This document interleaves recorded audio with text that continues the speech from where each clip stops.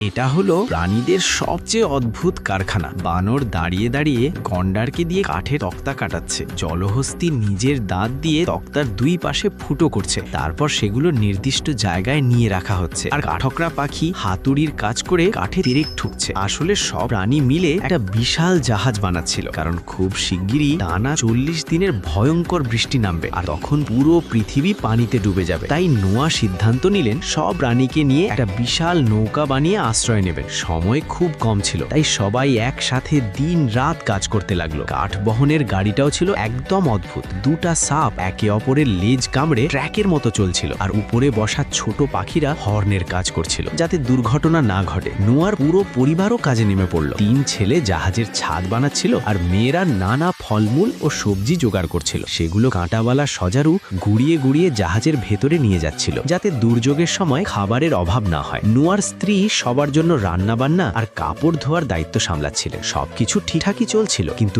একদিন হঠাৎ আকাশ কালো মেঘে ঢেকে গেল। বজ্রপাত শুরু হলো, আর বিশাল বিশাল বৃষ্টির ফোঁটা ঝমঝম করে পড়তে লাগলো। সবাই কাজ ফেলে দ্রুত জাহাজের দিকে দৌড় দিল। প্রজাতি বাঁচিয়ে রাখার জন্য নোয়া প্রতিটি প্রাণীর নাম লিখে রাখছিলেন, আর জোড়ায় জোড়ায় তাদের আগে জাহাজে তুলছিলেন। এমন ভয়াবহ সময়ে হিংস্র প্রাণীরাও শান্ত হয়ে নিয়ম মেনে চলছিল। অন্যদিকে নোয়ার স্ত্রী ছোট ছোট পোকামাকড়ের হিসেব লিখছিলেন। তারা যত ছোটই হোক পৃথিবীর জন্য খুবই গুরুত্বপূর্ণ। কিন্তু সবাই যখন শৃঙ্খলাভাবে উঠছিল, তখন একটা গাধা উল্টো জেদ ধরল।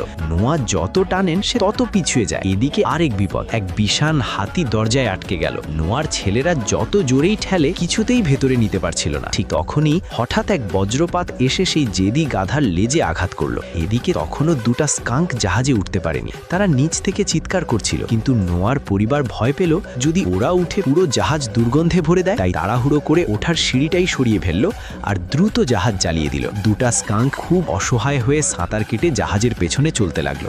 আকাশের মেঘ যেন বজ্রপাতে ছিঁড়ে গিয়েছিল। এমন ভাবে বৃষ্টি পড়ছিল যেন কেউ উপর থেকে পানি ঢালছে। 1000 ফুট উঁচু ঢেউ বারবার জাহাজে আছড়ে পড়ছিল।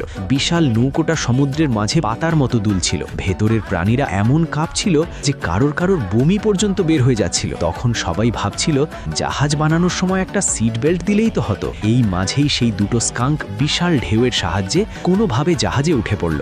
এমন ভয়ঙ্কর দুর্যোগের মাঝে এখন তাদের হাতে ছিল শুধু প্রার্থনা। নোয়া যখন প্রার্থনার গান গাইছিলেন, তখন হঠাৎ ছাদ থেকে পড়া পানি তার মুখে ঢুকে গেল। তিনি জানালা খুলে পানি ফেলতেই এক বজ্রপাত সুযোগ বুঝে ভেতরে ঢুকে পড়ল। তবে নোয়া খুব বুদ্ধি করে সঙ্গে সঙ্গে অন্য পাশের জানালা খুলে দিলেন, আর রাতেই বড় বিপদ থেকে সবাই বেঁচে গেল। এভাবেই দিন কেটে যেতে লাগলো। ধীরে ধীরে বৃষ্টি থেমে গেল। সূর্য আবার হাসি মুখে উঠল। আকাশের সুন্দর